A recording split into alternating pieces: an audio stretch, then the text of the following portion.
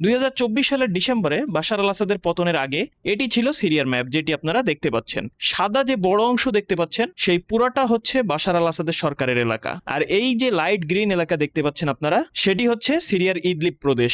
এই ইদলিব প্রদেশেই যেখানে কিনা HTS হায়াত তাহরির আল শামস অর্থাৎ আহমেদ আল সারার ফোর্স এখানেই অবস্থান করত।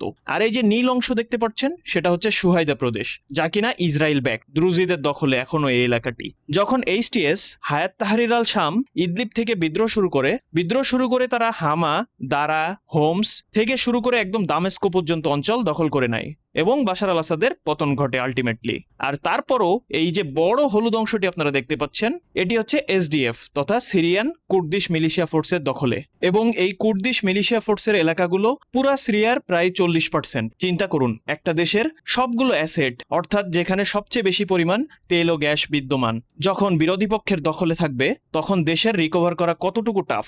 এখানে আপনারা দেখতে পাচ্ছেন যে ইউফ্রেটিস নদী, এই ইউফ্রেটিস নদীর পূর্ব দিকে দেইর জোর আর হাসাকা অঞ্চল অবস্থিত। এই অঞ্চলগুলোতে সিরিয়ার 70 থেকে 80% তেল গ্যাস সম্পদ মজুদ রয়েছে, যা কিনা SDF কুর্দিশ ফোর্সগুলোর দখলে ছিল। এই বছরের শুরুতে 2026-এর প্রথম দিকে এই ম্যাপটি থেকে আপনারা দেখতে পাচ্ছেন যে তখনও পর্যন্ত SDF এই পুরো এলাকার কর্তৃত্ব নিয়েছিল।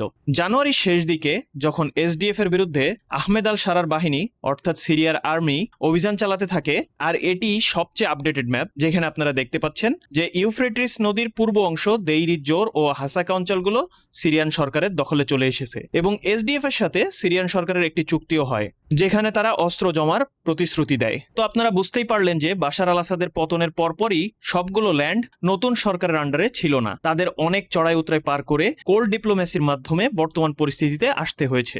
বর্তমান সিরিয়া যে এই যে স্টেবল পরিস্থিতিতে আসতে পেরেছে দুটি দেশের সহায়তায় এটি তারা করেছে, একটি হচ্ছে তুরস্ক, অপরটি হচ্ছে কাতার।